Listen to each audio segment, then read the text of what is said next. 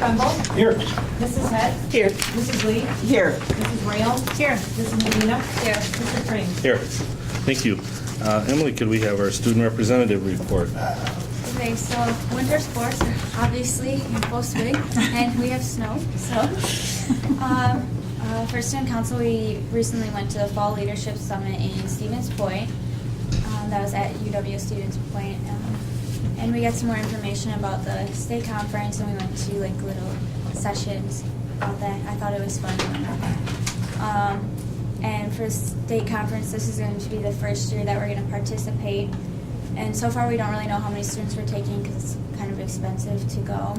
And it's like an overnight thing, so you have to pay for the bus and hotel and registration fee. But we're registering in January, and we're doing like little competition things for that. So it's a scrapbook, a banner, a t-shirt design, and we're just picking a few of those to do. For school-wide, we did the Community Candles fundraiser, the 2nd through the 6th. And that goes towards Christmas gifts for students at Lincoln. And we also are ordering caps and gowns this week, so Wednesday. Pretty excited about that. And the fall or winter show, Christmas Carol, is this weekend, the 13th, 14th, and 15th. So that's all I have. Okay, thanks, Emily. Well, I'd like to add, I was looking at the cap and gown list, and the cap and gown is the best bargain of the whole deal. They really take it to you on the envelopes and little foil name tags and this and that. And that. Wow. Moment in life, John. Yeah. Okay, next we'll go to the minutes. Okay, I make a motion to approve the regular Board of Education meeting minutes of November 11, 2013. I'll second that. Okay, motion is second to approve the regular Board of Education meeting minutes from November 11th. All those in favor, please say aye. Aye. Opposed? Okay, thank you. Maureen, do we have any comments from citizens? Okay. We'll move on to committee reports. John, could we start with business services? Yes, we can. John, we had our meeting, it started at 6 p.m. on December 2nd. We had a skinny meeting today, which was nice. Our only consent agenda item is a 66.03.01 inter-district agreement. And I would make a motion that we approve this agreement, unless anybody wants it held out. Okay, motion and a second to approve the 66.03.01 inter-district agreement. All those in favor, please say aye. Aye. Opposed? Okay. Can I just ask, do we do this per student, or is there one agreement that covers everybody for the whole year, or how does that work? We do it per individual student. Now, Per we might individual. do if, we might lump 3 students. Okay. If we had 3 coming from Stevens Point, for example, we'd do it all at once. We Okay. would do for this student for this. But Dan, you want to give Sandy the background on this one? You told us about it last week. The student came in late. Yes, they had siblings in the virtual program. They were in the virtual program last year, and they enrolled in Stevens Point. Well, they have to enroll in Stevens Point, but they were not enrolled in our virtual program at the beginning of this year, and then they want to get back in. And it may change again. And then we had updates and reports. We had the riveting audited financial statement review. And Did you note that? and our future business agenda items would be transportation negotiations. The meeting was adjourned at 6:18. So I would make a motion to approve the balance of our meeting minutes. Second. Okay, motion is second to approve the meeting minutes from the Business Service Committee meeting of December 2nd, 2013. All those in favor, please say aye. Aye. Opposed? Okay, thank you, John. Next, we have Personnel Services. Personnel Services met last Monday, December 2nd, and from that meeting we have 2 consent agenda items, and they are as follows. The committee recommends, and I move to approve the 1 support staff resignation, which was effective June 11, 2013. And secondly, the committee recommends, and I move to approve the 8 support staff appointments. I'll second that. Okay, motion is second to approve PS1 and PS2. All those in favor, please say aye. Aye. Opposed? And with that, I move that the minutes from the December 2nd meeting be approved as read, and we adjourned at 6:03. Wow. I'll second that. Okay, motion is second to approve the committee meeting minutes from the Personnel Services Committee meeting of December 2nd, 2013. All those in favor, please say aye. Aye. Opposed? Thank you, Sandy. Next, we have Educational Service Committee. Ann? Thank you, John. The meeting was called to order at 6:22. We had one public comment. Jim Scott requested time to comment when agenda item 3A1 was under discussion. When the agenda item was addressed, Mr. Scott raised a concern regarding the passing the motion with the Council for Instructional Improvement, or CII, vote of 11 supporting and 10 against, and 5 unsure. Then we went on to our actionable items, and the first, we have 11 consent agenda items. And does anyone want any of those held out? I'm wondering about number 2. Kathy, that motion reads 14-15. Was that Yeah. for next semester?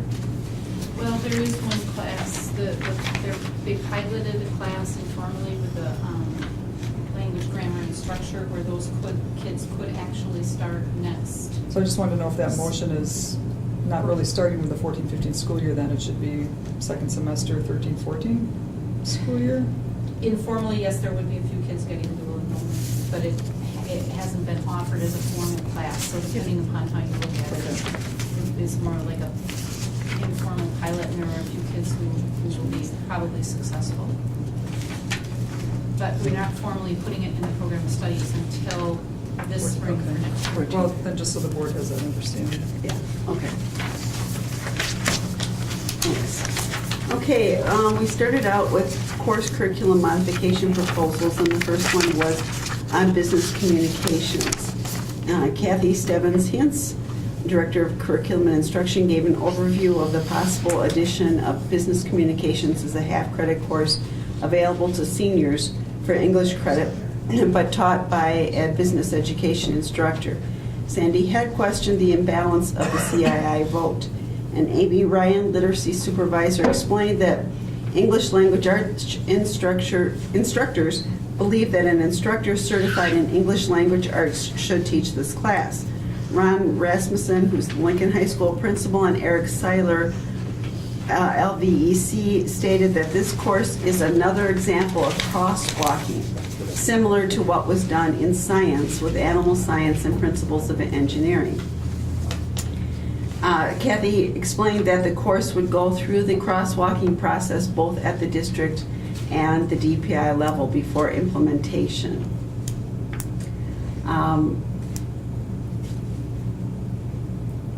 Okay, and that credit would start in the 2015-16 school year. And at the meeting, that motion was carried on a vote of 5 ayes and 2 nays, with Sandy Het and Katie Bilski Medina voting nay. We moved on to English 101 and 102, and Kathy explained that the English courses would be available to juniors and seniors. Students that complete and pass these courses have the option to receive 3 college credits per course, as well as receive a half high school English credit per course, with UW-Wood County awarding the credits. She further clarified that students are responsible for the cost of the tuition and no youth options would be available for these courses. Mr. Rasmussen pointed out that students must pass a placement test to be eligible for these classes. The UW comes to Lincoln High School and tests students, with students paying the approximate $20 fee to test. Ms. Ryan stated that the Language Arts CII Committee had concerns about students who are unable to pay testing fees and tuition.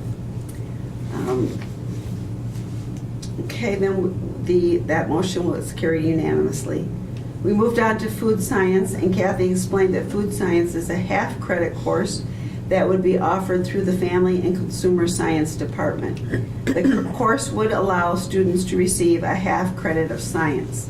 It is a course that needs to go through the crosswalking process both at the district and DPI levels. Then we went on to sophomore and junior social studies requirements. Kathy presented current social studies requirements and how this proposal would maintain the requirement that students complete 1 year of study in world history and 1 in American history. However, those requirements could be completed at any time during their sophomore, junior, or senior year. In addition, this proposal eliminates the current world issues and the American Studies classes, replacing them with 6 one-semester courses which examine a specific topic in those fields. Students would either need to take 2 of the 3 offerings in the world issues and 2 of the 3 offerings in American Studies, or take AP World History and AP United States History, or American Dream. Students would also be able to elect one of the 6 semester classes for their required half-credit Social Studies elective, or continue to select the half Social Studies elective credit from the remaining Social Studies electives that are offered. It was recommended that this proposal be tabled until further information is obtained regarding college admission requirements and scheduling concerns, and we did table that.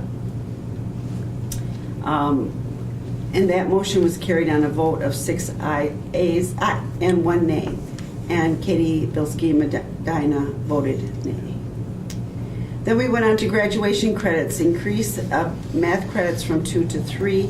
Kathy reviewed the proposal to require all students to complete 3 rather than 2 credits of mathematics before graduating from Wisconsin Rapids Public Schools. She indicated this proposal is currently on Governor Walker's desk waiting his signature, and it will likely pass into law. Has there been any progress on that? Nothing. Okay. And so the motion carried unanimously to go from 2 to 3 credits in math. Then we went on to talk about increasing science credits from 2 to 3. And Kathy stated that this change would require all students to pass 3 science credits instead of 2 to graduate from WRPS. Concern was raised about the high number of failures in 9th grade science and how this proposal would impact these students.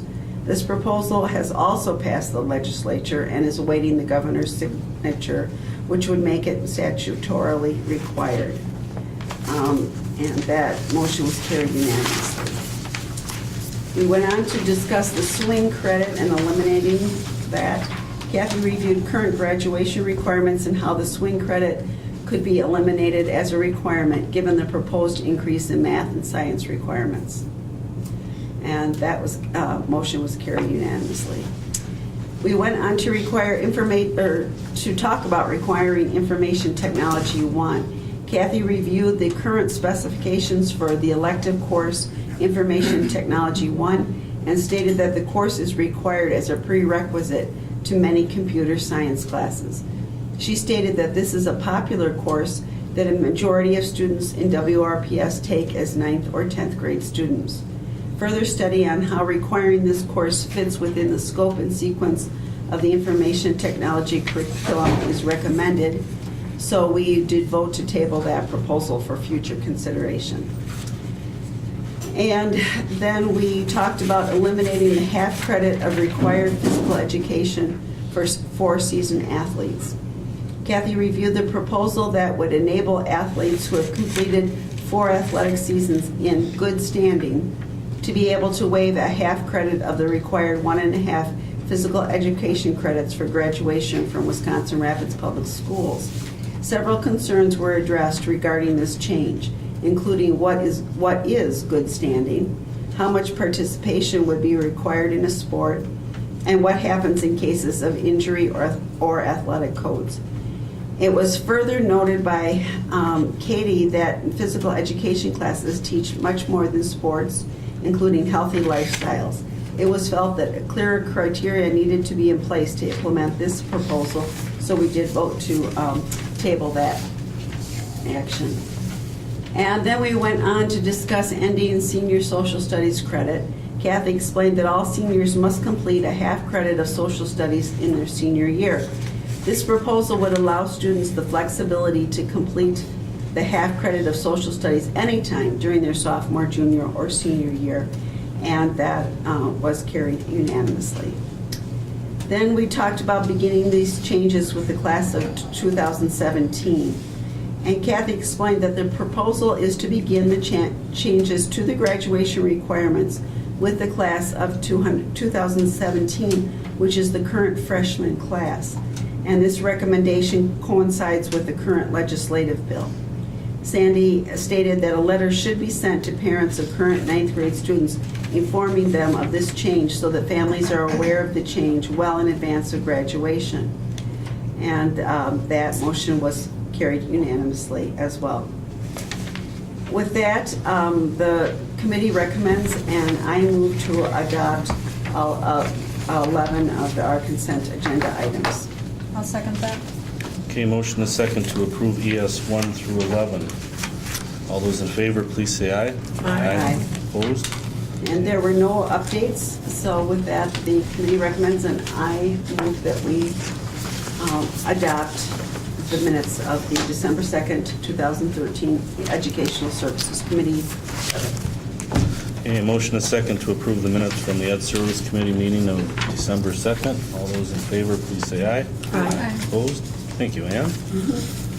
Next, we'll move on to agenda referrals and information requests. Does anybody have anything?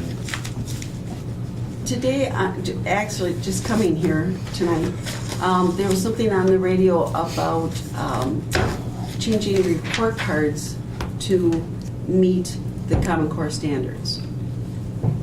And, not having A, B's, C's, but I can statements, I can subtract and add and subtract numbers to 1,000 or something for third grade or whatever, whatever the standard is for. And I was just wondering if we had even considered something like that. We haven't had those discussions. I know that we have been looking, or on the burner, I guess, would be discussion about the elementary report card. Okay. But Kathy, unless you have anything to add? In DPI's timeline to adopt the Common Core, in 2014-15, it is indicated that districts should be moving towards standards-based report cards. However, we've gotten no further direction or instruction from DPI. So at this point, given their focus on educator effectiveness and RTI and some of the other initiatives, we're starting to talk about it, but specific direction from DPI hasn't come. But that's definitely out there in the educational discussion. At one point in time, we had report cards like that. My oldest daughter in second grade, and it was just page upon page of things she could do. And when you ask the teacher what they can't do, it was just. So we've been there at one point in time. Well, yeah, but we haven't had the standards. No, but So.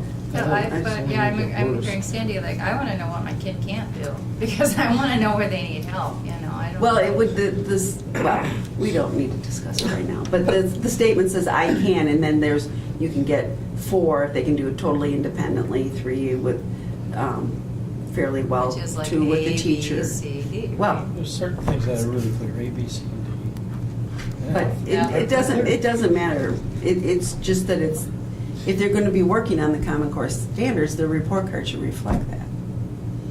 I believe that's the thinking. Yeah. I disagree. Another discussion. Anything else? All right, we'll move on to the legislative agenda. Mary? Okay, I have a little bit from the Wisconsin Association of School Boards, but I did check Senator Loss's legislative update website today, and also Representative Krug, because I wondered about the science and the math changing credits, and I didn't see anything on that, and I didn't see anything on WSB's either, so I'm not sure exactly where it's at. Just a few things that I noticed on here. One was under the progress being seen on the voucher accountability bill, just said that State Senator Luther Olson is still working with the voucher and private school proponents, and I think he's hoping to have some kind of a revised version of the bill that can be passed when the legislature is back in session in January. So that's kind of where that's at right now. Another item that they had in here, they had a little blurb about teachers in training down statewide. Just says, according to a report by the Wisconsin State Journal, state data show the number of junior and senior undergraduates enrolled in teacher training programs within the University of Wisconsin System Schools of Education has dropped nearly 3% in the past 2 years. The drop follows the enactment by Governor Walker and the Republican legislature of sweeping changes to collective bargaining and teacher compensation, but it isn't clear exactly whether Act 10 is responsible for the decrease or not. The 2.8% decrease between 2010 and 2012 at UW system campuses comes after a 6.8% increase between 2008 and 2010, according to system data reported to the Federal Education Department. The numbers do not include students seeking teaching licenses with majors not classified by the UW system as education majors. So, and one more that, and I think we got something in our packet about this, but it just says, it's about the Tea Party leaders, other conservatives urging Walker to reject the Common Core standards. It says leaders of dozens of conservative and Tea Party groups from around the state hand-delivered a letter to Governor Walker's office last week urging him to be the hero and reject Common Core education standards. The letter, signed by 61 people, came days after Assembly Republicans who studied the Common Core state standards indicated that they were likely not interested in abandoning them. The voluntary standards covering English and math currently in use by 45 states were adopted in Wisconsin in 2010. In response to the letter, Governor Walker's spokesman, Tom Evenson, released a statement reiterating Governor Walker's past comments that Wisconsin should set higher state-specific standards. To date, Governor Walker has not said publicly what specifically he would want to do or change, nor has he committed to rescinding the standards already in place, as the Tea Party group wants. Some Capitol insiders suggest the letter may be aimed less at influencing Governor Walker than at attempting to influence legislative study committees that are about to release their recommendations. So that's what I have right now. Thanks, Mary. Next, we have bills. I would make a motion that the receipts be noted and the bills be paid as printed. Second.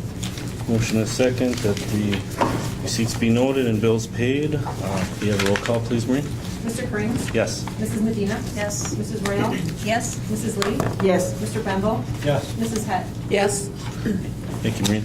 Before we go on, I'd just like to say a couple weeks ago, Sandy and I had a chance to tour the buildings and grounds and food service area, and I'd like to thank Ed and Julie for having us over. It was very interesting. We've got some incredible people working in that area, and the things they do. It happens behind the scenes. It's very impressive. I guess you don't realize what it takes to operate our buildings, and we don't see that, but it was very nice, so thanks again for having us over. Appreciate you coming. And I just want to say something too. I wasn't able to make that, but I thoroughly enjoyed the little pamphlet that came in, and it was like, wow, my eyes were really opened. I mean, you know all those things go on, but you don't really know where they go on. So thank you for that. That was very well done. Thank you. And Ed says if you can't see what's going on, they're doing their job. Yeah. Which is true. You guys are welcome anytime. Yeah, thank you. You don't I'd need a love to special come sometime. invitation. Right. Next, we'll go on to new business. Item A, discussion and possible action to determine interest in land available for purchase on 25th Avenue in the Industrial Park. Yes, we were contacted by a realtor, and he sent a little piece of information home to take a look at it ahead of time. Dan and Ed have gone over to take a look at the piece of land. It is adjacent actually to the buildings and grounds area. And Ed, I don't know if you want to, or Dan, if you have anything you want to say about it. It's to the north side of our building. It's a lower piece of property. I In don't really see- elevation. Yep, in elevation. I don't really see us expanding that way. If we were to add more garage space, we have enough land right now to do that. It's a nice piece of property. I guess if it was adjacent to one of our schools, I'd be more apt to, take a closer look at it. I think right now, I mean, our building fits what we're doing right now. I don't really think we need additional garage space, so. Well, the concern I have is if we purchase the land, then there's the cost of putting up additional, a structure of some sort. I mean, otherwise, we really don't have a need for that.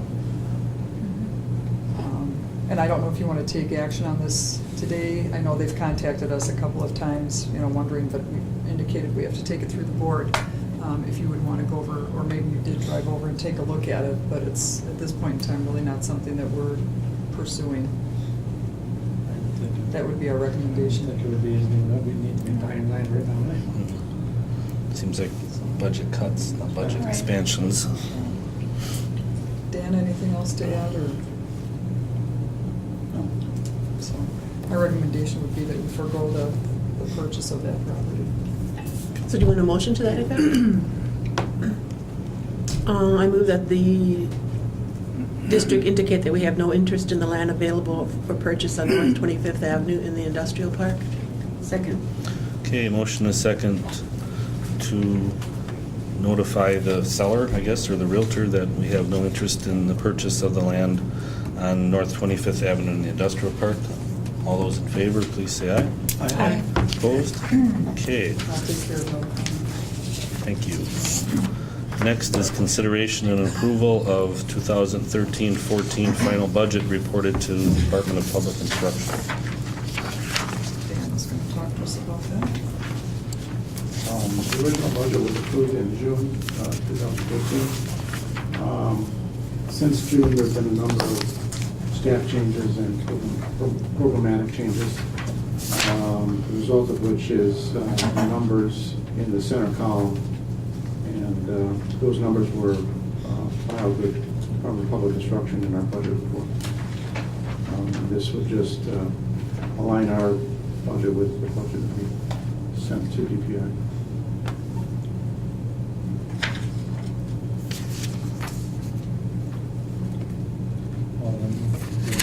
There's no discussion. I would make a motion to approve the 2013-14 final budget reported to the Department of Public Instruction as presented to us tonight. Second. Okay, motion is second to approve the 2013-14 final budget was reported to the Department of Public Instruction. Will you please have a roll call on that, Marie? Mrs. Royal? Yes. Mrs. Hess? Yes. Mr. Crane? Yes. Mr. Beville? Yes. Mrs. Medina? Yes. Mrs. Lee? Yes. Thank you, Maureen. Next, we have discussion and possible action to approve the substitute teacher employee handbook. We have some updated copies for each of you. That include a few edits from the copy you would have gotten in your board packet.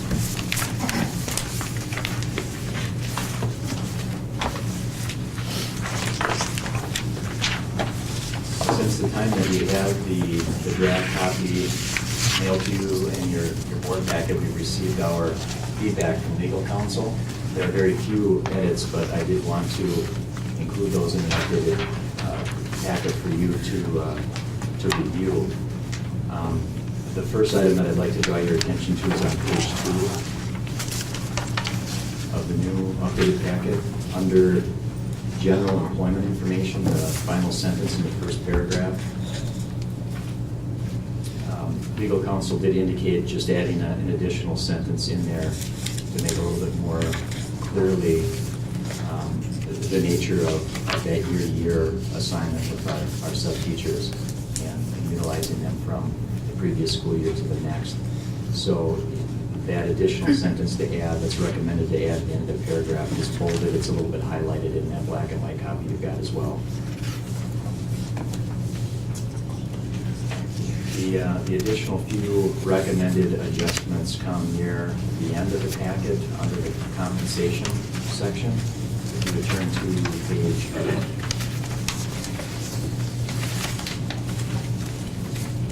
Legal counsel did indicate a recommendation that we eliminate the reference to a specific compensation amount within the handbook, keep it more open-ended, and then have what those compensation rates are going to be as separate communication with the substitute teachers. So the end or last couple of sentences of that paragraph have got slash marks or strike marks through, recommending that we eliminate that language. Near, I guess it would be actually paragraph 3, you will see within the first line, the first sentence, there were a couple of additional words that were recommended to add into that sentence to make it a little bit more clearly that the payment is on a per diem basis. In this case, it's specifically referencing in this paragraph to a long-term sub-placement, that once you hit that 11-day and beyond, it's at the entry-level pay rate of a starting teacher in the district, but it still is paid on a per diem basis. Beyond that, near the end of this section, legal counsel had recommended that we break out the last couple of paragraphs with new subheading titles because they were not specifically related directly to compensation. So at the very bottom of page 8, you'll see that I added the subtitle employee at will, And legal counsel had also indicated or recommended adding that last sentence to that paragraph, which is bolded and highlighted. Again, just adding a little bit more specificity or another reference to the nature of that assignment being at will and at the discretion of the board. And then finally, the reference to mileage reimbursement, I separated that out as a separate, under a separate subtitle as well. Substitute teachers that fill in for a teacher that travels, like let's say a music teacher that travels from East Junior High to the high school. When a sub-teacher does fill in that role, they're eligible to submit for mileage reimbursement, the same as a regular teacher. So that includes the last few edits and adjustments that are being recommended based upon legal counsel review. So the administration's recommendation would be that the board approve the handbook per these, or with these updates that you see in the salmon colored or salmon covered packet that I just distributed this evening. And I'll take any questions if there are any. Going to that mileage reimbursement, do we need to make a differentiation between when a sub is teaching for teacher A in the morning and then teacher B in the afternoon, that we're not paying mileage because it's two different assignments and it's not a traveling teacher? I know we've had this discussion in the past. Does this need to be enumerated in this, do you think, or not? And here it says when working for a traveling Traveling teacher. teacher, Okay. So, I think what you're indicating, it's two different individuals. We have a part-time Right. morning opening and a part-time afternoon opening for two different teachers. I do think, as Dr. Hickman has alluded to, that covers that. Okay. And by practice, we do what you're referring to, that is our practice. That was a topic of discussion, though, the last time we met with the substitute teacher. Lengthy discussion, so we just, But I agree, I think the way it's in here, Yeah. they can't say. When we talk about equal opportunity, just because we every now and then see things written about this in our daily periodical that some of us receive, if we were to not hire former teachers, would that not be a form of discrimination? That we could not say we cannot hire former teachers because of quote-unquote double dipping? That would be literally violating a law, would it not? It would be a form of discrimination. I would think it, I'm just curious, because it does come up every now and then. I don't think I would give legal advice on that. Okay. Dan. Okay. Maybe we can look into that. Under grievance procedure, when we refer to the professional staff handbook, should that section be included with this draft so that they would have it readily available without crossing over to another handbook? It's as an appendix or something, I don't know. That, I think that's something that would be best for us to get some legal guidance on, whether that is applicable to the individuals that are filling in this role, because they are identified as at-will employees. I mean, are you indicating that if Well, it we just- were to... Your sentence says the grievance procedure for substitute teachers will follow the same provisions of the current professional staff handbook. So if they don't have a copy, or how would they know what that procedure It's is? available on our It's district all- website, but... yeah, it's all online. That is, I don't see a problem with including it in print. It just would all be in one. It'll add about 3 or 4 pages to this handout, but Well, another option is to just put the grievance procedure out there online with the handbooks. what we could do is how about we include in here the URL for the That's district what I- website. That's what I would which includes suggest. Yeah. includes the Okay. copy. I think that's a good Okay. idea.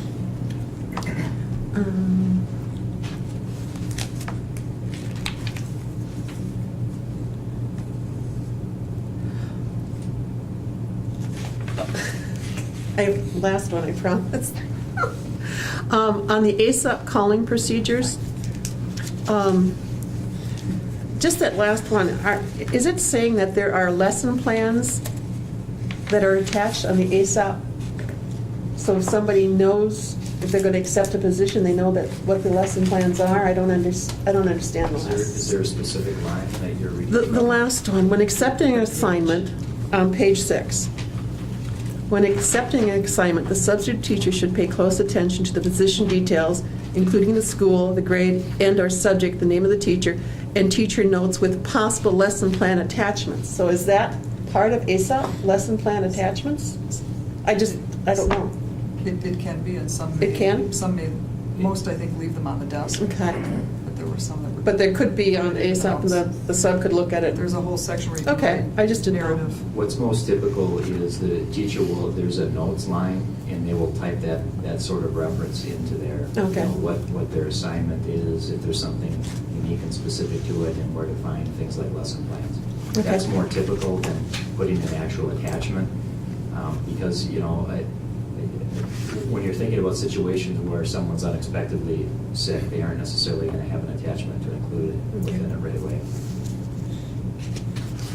This is very minor, but on page 8, the paragraph for substitute teachers that qualify, it should be who.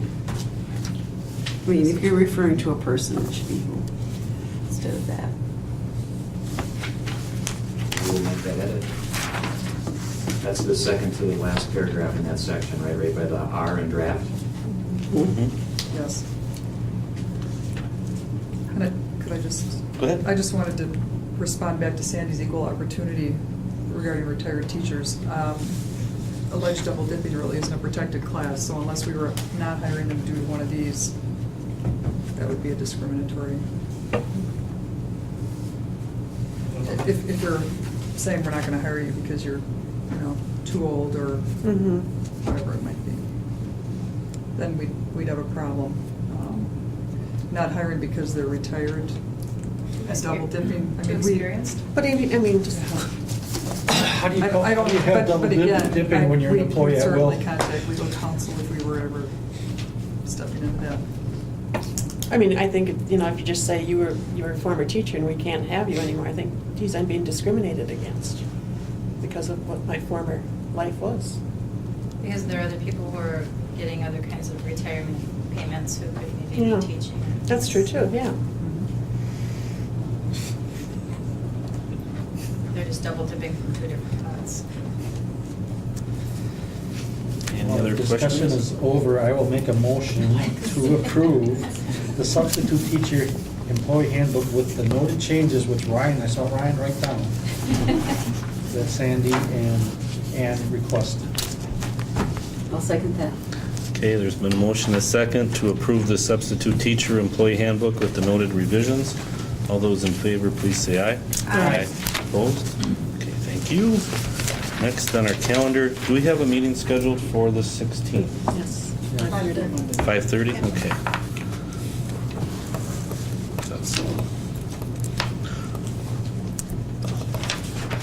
Okay, with that, we're adjourned. Thank you, everyone.